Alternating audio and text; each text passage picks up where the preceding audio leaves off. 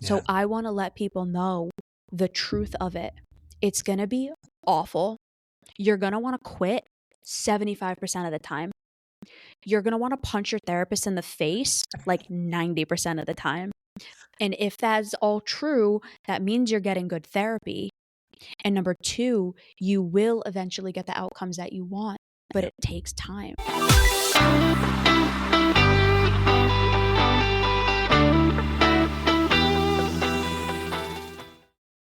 Hello and welcome to another episode of the Best You interview series. It's Gary here again. Thank you very, very much, as always, for taking the time to join me today. And today I'm absolutely delighted to be joined by mental health counsellor, cognitive behavioural therapist, co-founder and podcaster Bianca Thomas, who is here to discuss her work in the trauma recovery space. Bianca is the co-founder of the Evolve Ventures podcast and business and is director of therapy for Evolve Ventures Technologies LLC, and is on a mission to help people heal from trauma, build real confidence and transform their lives using evidence-based tools.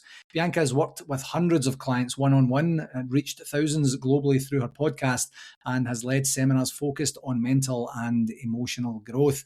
Bianca was once someone who only looked confident on the outside but lacked it internally, which inspired her to do the deep work to embody true confidence from within. And she's here to share how you can do the very same thing. Bianca, thank you very, very, very much for joining me today. Thank you for having me. I'm excited for this conversation. I am too. So let's start with your career journey thus far that took you towards the co-founding of Evolve Ventures. What was the key inspiration that led you to that particular point? I wanted to be on this journey because I desperately needed this journey. I needed the person in my life that I've become because of the absolute mess of a human being that I was for so much of my life. And so when my business partner, my mission partner, Amelia, and I met and we started talking about dreams and we started talking about all of the things that we wanted to do in our life. And after she beat the hell out of me because we did Muay Thai, I think I mentioned that to you when you and I had first met. Yeah. We did Muay Thai together, and that's how we met. And she beat the ever-loving hell out of me and I fell in love. I was like, oh my God, this girl's amazing. Yeah. So we got really close from that. We had very similar goals and values, and that led us to building it was back then the Why Power podcast. Right. And then that evolved into Evolve Ventures. So we built a organization because of our how desperately we needed that when we were younger and when we were kids. So we wanted to build that for other people. Yeah, so you mentioned the absolute mess that your life was in at that particular point. You know, sharing the details it's appropriate to share for you today. Yeah. What did that look like? How, if I could say, this is my words, not yours, but how low were things for you at a given point in time to get to that point where you say enough? Yeah.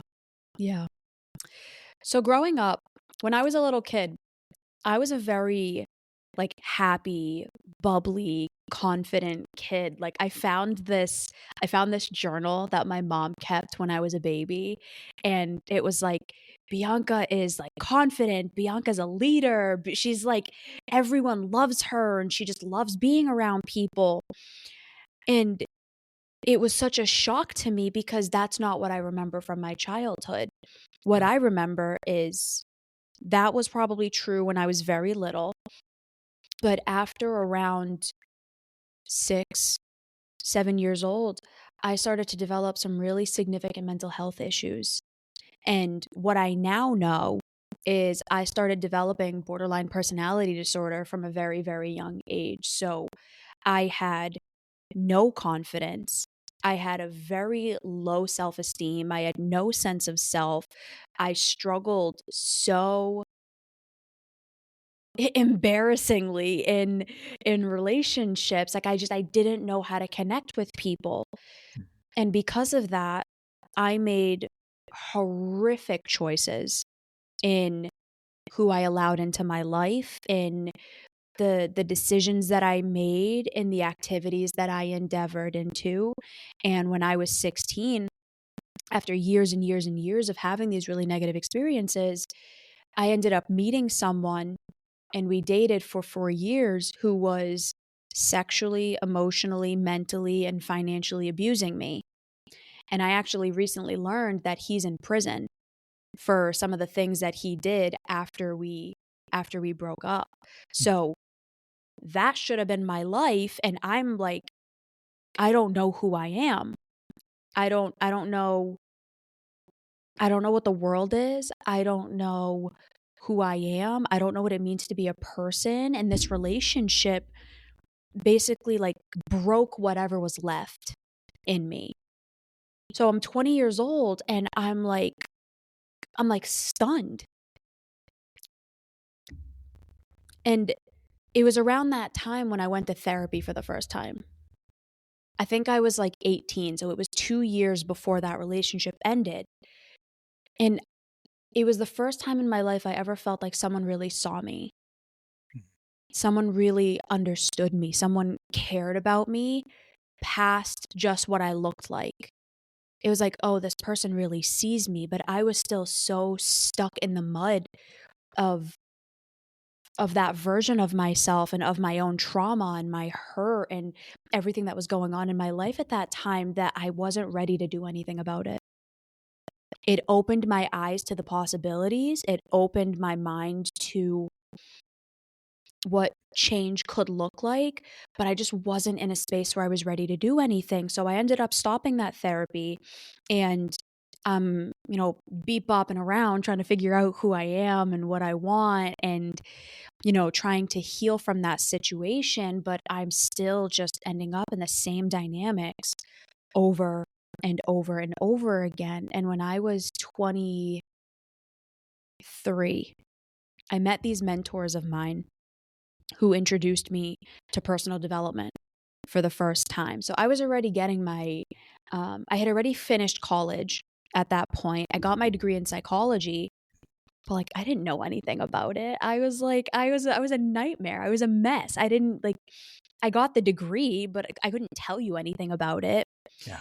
So I meet these people and it's like, oh, like you can change your life. Like you can change your mindset, you can change the way you see things, you can learn, you can develop grit. There's this thing called mindset where you can have a growth mindset or a fixed mindset. I'm learning all of these tools and I'm like, oh, real change is possible. You can actually change your life. So that's when I eventually meet Emilia. And so we pair up, we start our podcast. My mentors had a podcast, so they taught us how to do everything, and we were off to the races. So we're building our business. COVID had happened at that time, so we just did everything virtual. COVID was horrible in so many ways, but the blessing that we got out of it was starting our organization and starting our podcast. So we're starting our podcast, we're doing all of these things, and I'm facing like the greatest imposter syndrome I've ever had in my life, because it's like I was given this opportunity that I never should have been given. I don't know on what planet you think that I'm good enough to do this, but like I'm not good enough to do this. So I'm like telling them that, and they're like, no, it's fine. You're fine, whatever. And I'm like, okay, well, I'm just not going to tell you what I'm actually thinking and feeling anymore, because I don't want to be abandoned. I don't want it's just ultimate imposter syndrome, right? It's like, I'm not going to tell you the truth. I'm going to pretend like I can do everything. So I do. And it worked out really well. It was terrible. And it actually almost cost us our friendship. And it actually almost cost us our business, because it came a point where, because my mission partner is a mental health counselor too. And she's way further ahead than I am. She's extraordinary and she's very savvy in business and all of these things. And we're growing and we're scaling and we're doing all of these wonderful things. But my mental health is still so bad. My sense of worth was still terrible, the way that I saw myself, the way that I interacted in the world, my capabilities, the math wasn't mathing. And she's like, Bianca, we can't do this anymore. She's like, I care about you so much. I want you here, but we cannot do this anymore.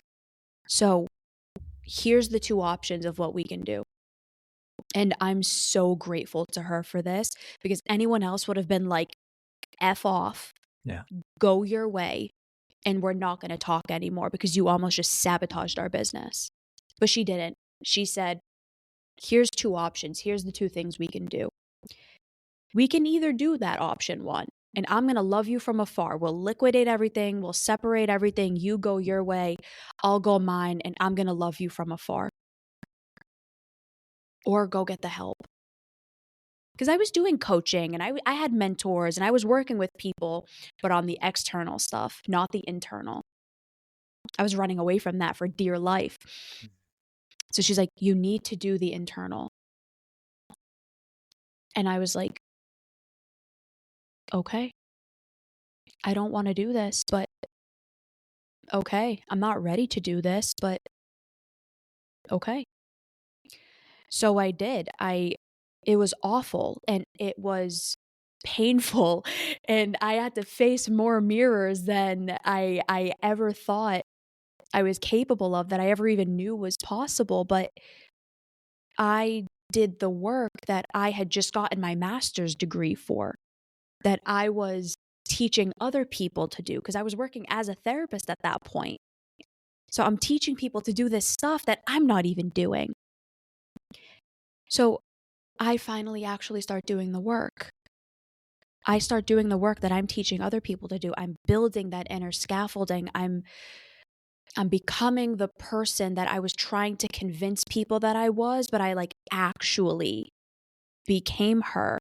And I had to face, my deepest fears, that I'm not good enough, that I'm not that capable, and I'm not going to be wanted if I keep going down this path, if I keep pretending rather than actually doing and becoming. So I go do it. I get CBT, I get DBT, I do IFS, I get all of these treatment modalities that I do with clients, and it radically changed my life. And now I get to actually help people do the same. Incredible story. Thank you for sharing. There's so much to unpack there in terms of, that crossroads moment where someone you love, someone you respect, someone you admire, someone who has had a significant part in your life journey says, right, something has to change. And as you said, it could have just been a case of disappear. You're too much. This is not what I'm needing. But in the type and style of industry that you're in, that's probably one of the last options it sounds like Amelia would have open to her at that particular time. Anyone else wouldn't have done that. Any other person, if it wasn't her, sincerely would have been like, go your own way. Yeah. And for whatever reason, she didn't. I think she saw something in me. Like, she saw what was actually in me that I couldn't see. And the beautiful thing being in this field of work is like, you get to see that in other people. It's like you see in someone what they can't see in themselves. Now, you can't guarantee that they're going to do the work. Yeah. But my job is to help them do the work. And her job when she works with clients is to help her do the work, So if it was anyone else, we wouldn't be sitting here talking. Yeah. So I'm so grateful for her. Yeah, and I do love that sentiment that she could see the real you. I was going to say at one point that good people attract good people, but if I had said that to a previous version of Bianca, you would be kind of like, you don't know what you're talking about, man. This is, you see what I want you to see, and 100%. There's a lot going on, and I do understand that. And one thing that, in the earlier stages, you were talking about how horrific the work was. You didn't want to do it. I mean, it's so raw. The way that you explained it was, I actually have no interest in doing this. I feel like I'm being somewhat coerced. I'm not going to enjoy this journey. And by the way, it was really, really difficult to do that. And, but I love that. The reason I love that, Bianca, is that a lot of people wouldn't explain it in that way. Yeah. They would explain who they are today, how they are today, and the benefits and beauty of what that journey has given them, gifted them. You Right. know, you explained it saying, this was a nightmare. Like, why, but to, to have that life experience for you, to be able to then see that type and style of resistance, dread, just a genuine negative approach to saying this is going to be difficult, and I imagine you would have an empathetic way about you to say, yes, it is, but you know what? You're worth it.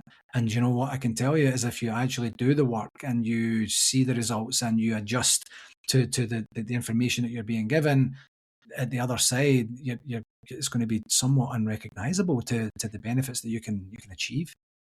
Because that's what's real. That is the reality of it. I just something that you said. I didn't feel coerced. I felt called out Right.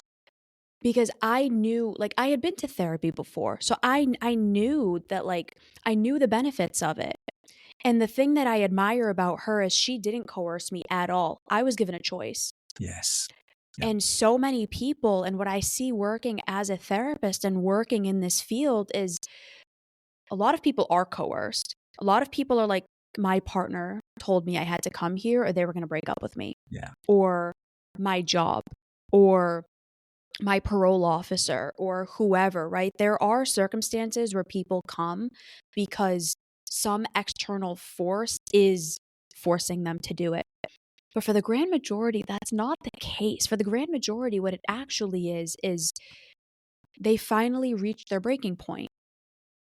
They finally got to a point where it was like, enough is enough. But that doesn't mean that they're actually ready to be at a point to do the work. Yes. It was enough to get you to show up, Yeah. but it wasn't enough to get you to actually be willing or ready or capable of doing that work. And that's what happened to me the first time I went to therapy. I Mhm. was in such a bad state that I needed help, but I wasn't ready to do it yet. Mhm. Not for real. And then when that situation happened when I was 27, I don't know how long ago it was. I think it was around 2 or 3 years ago. I was like, okay, I actually have to do this time. Mhm. I don't want to. And so many of my clients say that. I should start a checklist of how many times clients in a week are like, I don't want to talk to you today. And I'm like, cool. This is going to be a great session. And Yeah. they usually end up being a great session. But for the majority of people, they don't want to be there. Yeah. They are terrified of what it's going to look like. They're terrified of doing the work. They don't feel capable. They've heard horror stories of therapy because all you hear are these nightmare stories, or you see the movie One Flew Over the Cuckoo's Nest and you think that you're going to end up in a hospital in a nightgown with someone like banging their head against the wall next to you. Yeah. You just see these wild examples of therapy, and most people spend their entire lives running away from themselves.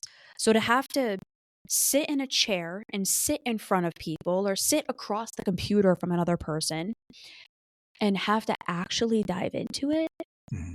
actually talk about the thing that you've been running away from, talk about the pain and the trauma and the harm and the negative beliefs and the things that you did that you're not ready to admit, because therapy isn't just look at what all these people did to me, it's also look at what I did. Yeah. I didn't want to do that. Yeah. I didn't want to do that at all. But there was a part of me that knew that I would have to look at myself for the rest of my life, knowing that I had a choice, knowing that I had the potential to become something and become someone so extraordinary, and I chose not to do it. And I couldn't live with that. I Yeah. couldn't live with that choice. And so that made me be like, okay, whatever it takes, the suck, the hard, the pain, the crying myself to sleep most nights, journaling, brutal therapy sessions where I should have went and taken a nap for the rest of the day after, but I had to go back to work. Like I just said, I am willing to do it because I need my life to be different. And Yeah. it wasn't a fairy tale story of like, you see Rocky at the gym and like, you just see him like doing all of this stuff and then he's finally ready to go. Like, the montage is actually 5 years long and Yeah. there's ups and downs. Yes. And that's the truth. And that's what too many people, to the point that you had said, nobody shares the reality of it. Mhm. And that's Yeah. why I feel so adamantly about sharing the truth, because if you don't know the truth of what's going to happen, you can't commit to the process. Yeah. So Yeah. I want to let people know the truth of it. It's going to be awful. You're going to want to quit 75% of the time. You're going to want to punch your therapist in the face like 90% of the time. And if that's all true, that means you're getting good therapy. And number two, you will eventually get the outcomes that you want, but Yeah. it takes time. Yeah. I love that. My analogous circumstance to that is in the coaching work that I do, Mm, where it's, we're going to have a very good conversation. We're going to talk about things that might be uncomfortable. We're going to go to places that may or may not yield results at a given point in time. We're going to choose different avenues as we're moving forward. But ultimately, the session's going to end and you're going to be the one that's going to be left with the action items for the most part to say between now and next time you are going to start journaling, continue, you're going to have that difficult conversation with that person, you're going to remove that person from your life, you're going to really consider your career options, you're going to really review, what your relationships look like, whatever that looks like, Bianca. And some people are just not up for it. I've never had anyone quit and say, that's it, time out, I'm out.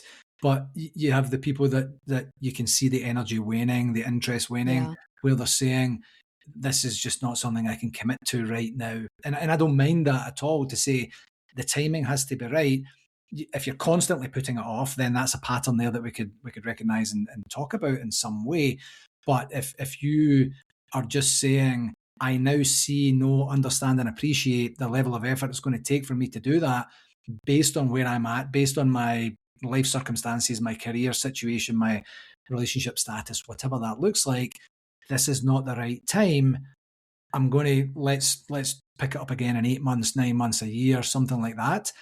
It's a healthier way to be, rather than I'm going to get that done and then they're fretting between now and next session. They come back and they spin a yarn about all these magical, mystical things that happened in between that took them away from their action items and such. And we do that a couple of times until I say, right, do you want to have this Yeah. actual conversation now and actually see what's going on, talk about the patterns, talk about how things are going, and then see what you want to do. And it's all from that, what could I say? That lens of really, truly, deeply caring about the other person, knowing and understanding, having been the guy that's been there, when I'm kind of like, wait till I tell you all this stuff and I can tell a really good story. And Yeah. then most people are kind of like, oh, that's a great story. Yeah, well, we should talk more about that. And you get the odd person that goes, let's just bring it back, Gary.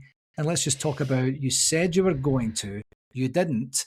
And this is the third time we've had this conversation.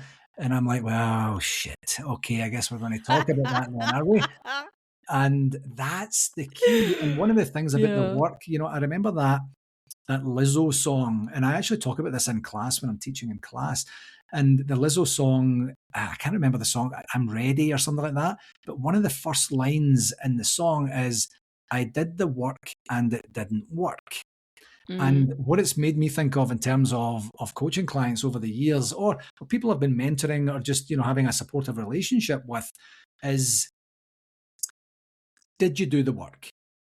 Actually, the work, or did you do some work that was on the surface, or maybe just a wee bit below the low hanging fruit, so to speak, where you get that opportunity to say, I'm actually really yep. genuinely, I'm working on myself, I'm doing the stuff. and it's just not working. It's just not working. Well, then you know what? Maybe that's a different type and style of conversation, a different depth of Yeah. conversation. You know, and so in terms of the trauma, you know, it's a bit of a catch-all statement. You know, certainly quite generic. I could say, you know, someone says, "Well, that was traumatic," you know, and what do you mean? I thought that was kind of cool. I thought that was fun. You know, a wee bit scary, a wee bit dangerous, a wee bit, you know, something. You know, like in terms of the trauma space, is there are there logical trauma buckets that are based on, you know, seasons of life or experiences that have been had, and how do you marry in your cognitive support, your evidence-based support to align with the trauma? Yeah. Just to go back on one thing that you had said, there is never going to be a right time to do therapy or coaching. In 6 months from now, in 8 months from now, in 3 years from now, you're going to feel the exact same way that you did today. And I've done this, and I've seen so many people do this. I'm not ready now, but in 6 months I will be. Yeah. That is the biggest lie you are telling yourself. And it's a lie based on this idea that you believe you are not capable of doing it, or that you can't communicate that you need to take things a little bit slower Mhm. and inch your way into it. Every single person that has come to work with me and then they're like, I can't do this, and they come back in 6 months, they always say, I wish that I had stayed. I Yeah. regret not staying over the last 6 months because now things are worse. Yeah. There's never a right time to do therapy. There is never a right time to seek out coaching. There's never a right time to get help. The right time was 10 years ago, and the next best time is today. Exactly. Now, when that pertains to trauma is widely overused. I actually I have a Threads account. I don't use X because it's gotten a little too crazy for my liking, but it's a little bit of a nightmare on that app. But so I'll occasionally use Threads, Yeah. and I put a post up. This was like, I want to say this was like 6 months ago. And I basically said like the top 5 overly misused therapy terms. Trauma was one of them, trigger was another one, narcissist was another one, and there was a bunch of them. That is to this day my highest like ranking post Yeah. on that. I think I got like well over multiple thousand like likes, comments, and reshares. And my page on Threads doesn't get that much love. Like I just haven't put a lot of effort into it. Yeah. But that post did so well. And there was a few people who were like got upset about it. But so many people were like, yeah, honestly, this word too, and this word too, and this word too. Unfortunately, one of the beautiful things that has happened is we have so much more access to resources. Yeah. We have so much more access to information. Social media has allowed for so many people to get access to like Me Too stories and to get understandings about what's happening to them and realizing that they're not quote unquote crazy, or it wasn't just them, or information and help and guidance and so many really beautiful things. But with that, we're now getting a ton of people who claim to be therapists, who claim to be professionals, who claim to be coaches. I'm sure you see it all over the place, and they're spreading misinformation. Mm. And because of that, so many people are now misusing terminology. They are mislabeling themselves. They are misdiagnosing themselves. And it's causing a lot of harm, because if everybody's depressed, then nobody is. If everything is a trigger, then nothing is. If everything is trauma, then nothing is. And it diminishes the experience for the people who actually are going through that. So, do I think that there are buckets of trauma? There's the two categorizations that so many people have probably heard of, and your listeners probably know this too. There's big T trauma and there's little T trauma. It's more, I like to think of it more like a spectrum than a yes or a no. right? Or like a big or a small. But if you're trying to understand what trauma is any instance, any experience that is so far outside of the realm of normal human functioning that your brain and your body do not know how to cope with it because it's outside of the realm of a normal adaptive human experience. Yeah. But the thing that people don't understand is trauma is not just about what happens to you, because you and me could both have the same exact thing happen to us, and I might have trauma and PTSD after, and you probably might not, which means it's not actually the thing. So if it's not the thing, what is it? It is the beliefs, it is the narratives, it is the emotions, it is the experiences, it is the resources, the support, the environment, all of these critical factors that happen in the aftermath. Yeah. It's what that instance means to you that makes it traumatic. So we all experience stress, right? Stress is in the title, post-traumatic stress disorder. So a trauma is a severely distressing experience. What makes it traumatic is what you do in the aftermath and what it means, what it does to you, what happens to you. And so what CBT looks to do, and DBT does the same thing, and a lot of other trauma-informed therapies, is to help the person identify, what does this mean to you? What does this mean about you? And what were the things that you did in the aftermath that might have caused your symptoms to be where they are? So I have a client that I was speaking to right before this, and she was severely abused as a child, never experienced real love, ended up in a very misaligned relationship that turned into a 30-year marriage. She has 2 kids, and she's now having severe panic attacks. And she struggles going into stores, and she struggles communicating with people. It wasn't just about what happened to her, because what happened to her was horrific, having these horrible things happen to her. And what sealed the deal was the fact that she never had support.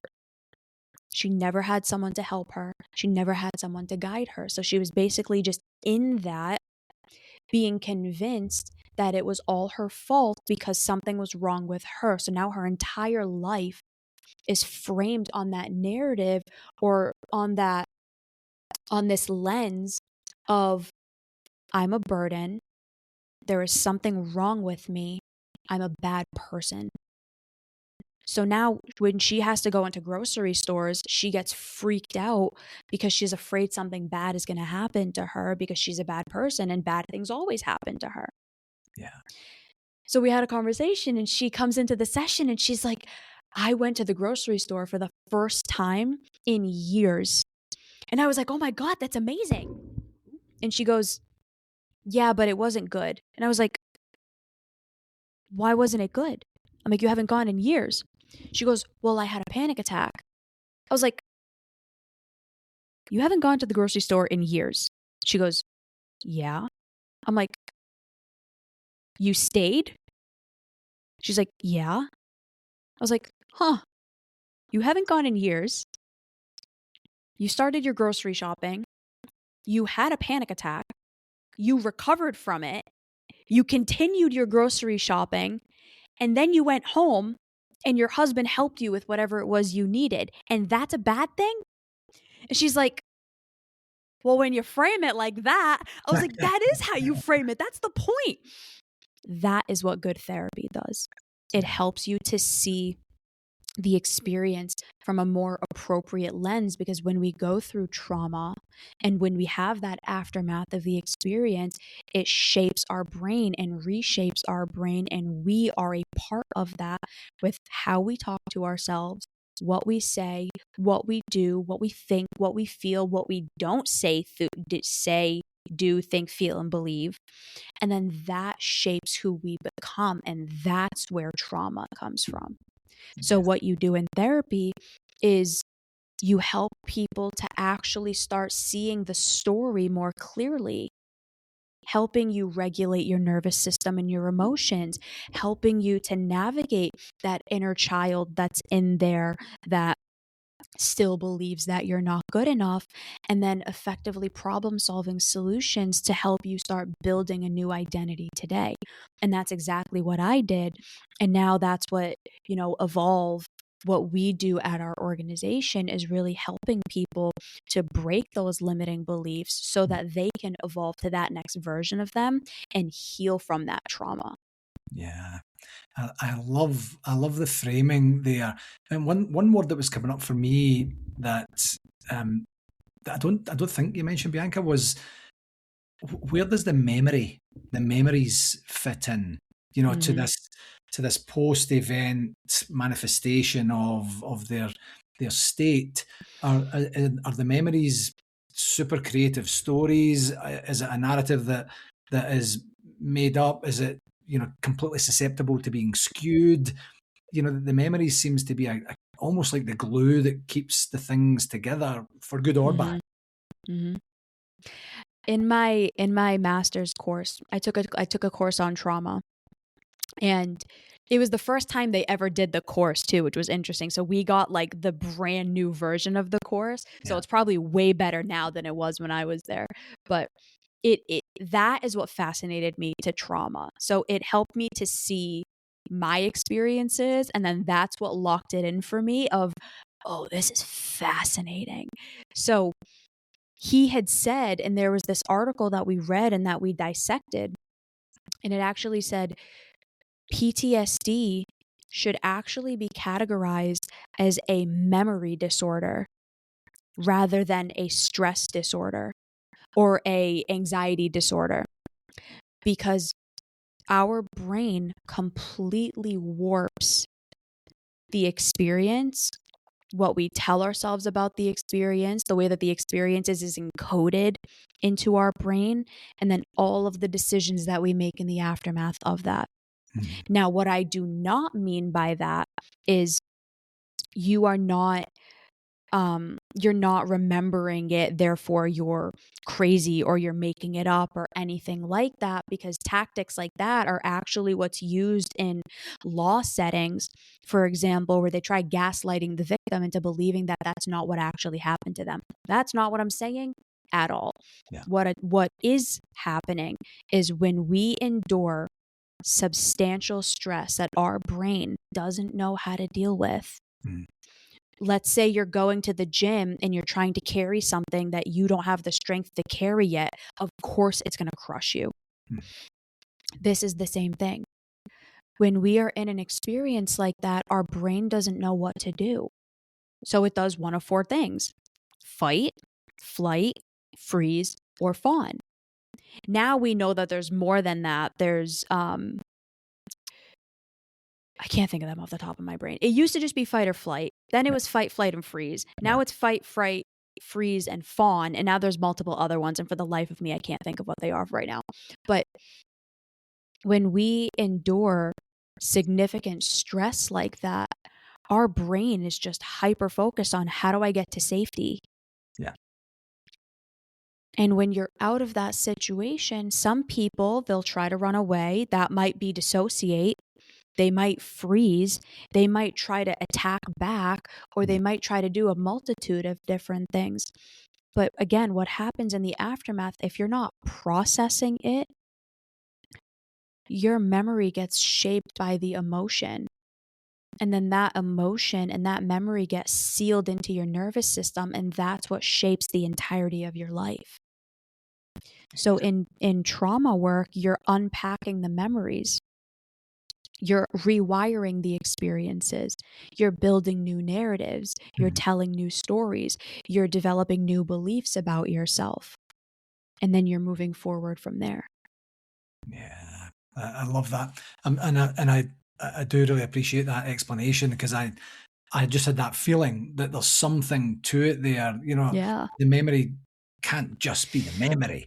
And Mhm. how much can you genuinely rely on it if it's been parked in your brain for so long, and such. So switching gears quickly to your podcast, Mhm. what what can people expect when they tune in?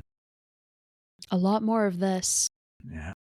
A lot more of this. Amelia and I, we try to have it be a really, really good balance of education and banter between she and I, and like quirkiness and humor. We're both the biggest like quirky like oddballs ever, and it adds so much texture to Yeah. the conversation. Like there have been so many episodes where she and I are just dying laughing, or like boo-hoo bawling our eyes out. I remember there was this one episode we did about why I hate my body or something like that. It was one of our earlier episodes, and it was when I was still in the thick of everything.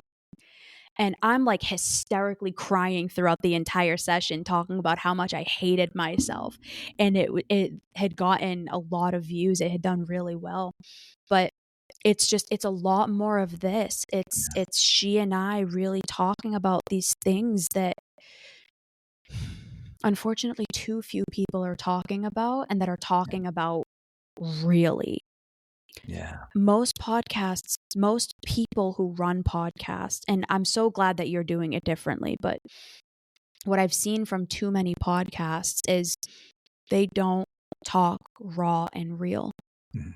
They don't share the truth. They don't share how hard it's going to be. They don't share how bad it is. They're not going to tell the truth about what they did and what they went through, because they're trying to sell the person on a narrative that they're further ahead, so they'll buy something from them. Yeah. And we wanted to do it differently. We wanted to make sure that we were telling people the truth, so that when they leave and they say F this and they go try the other person and they see that it didn't work, they'll eventually come back and be like, so you were right. And Yeah. obviously I hate when that happens, because it's like, I wish you didn't have to waste your time, but it's like, okay, awesome. I'm sorry that happened, but I'm glad you're seeing that like this was real. So it's a lot of that. Yeah, I love it. I love the energy as well. You know, I can tell it's going to be an incredible experience for anyone tuning in to the show. So, as you know, Bianca, this is called The Best You. And what I Mhm. do is I take the opportunity to ask every guest, what is one regular practice that Bianca employs to give herself the best opportunity to be the best version of herself? Getting my own mental health work done. So like therapy for myself and coaching. So I have a therapist and a coach, and I see them both multiple times a week. Right. Journaling has been hands down one of the best practices I've ever done. And just not just like, here's what I'm grateful for today, or here's this, or here's that. It's not surface level journaling. It's the deep connection with myself, and helping myself and all these parts of me actually come out and have a voice and be heard, so that you can work through it. And it's one of the foundational CBT tools. It's writing things down, Mhm. so that you can see the patterns, so that you can see the cycles that are perpetuating, and that so you can navigate them. So two-part answer. Number one, getting my own therapy and coaching. And then number two, a daily journaling practice. Love it. Absolutely love it.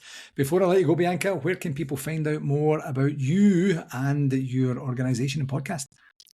The best place to find me is through the organization and through the podcast. So like I said, if you guys liked this conversation, you'll get a lot more of this at Evolve Ventures. So you can find us at evolveventurestech.com, the Evolve Ventures podcast, and then my personal social media, Evolve with Bianca.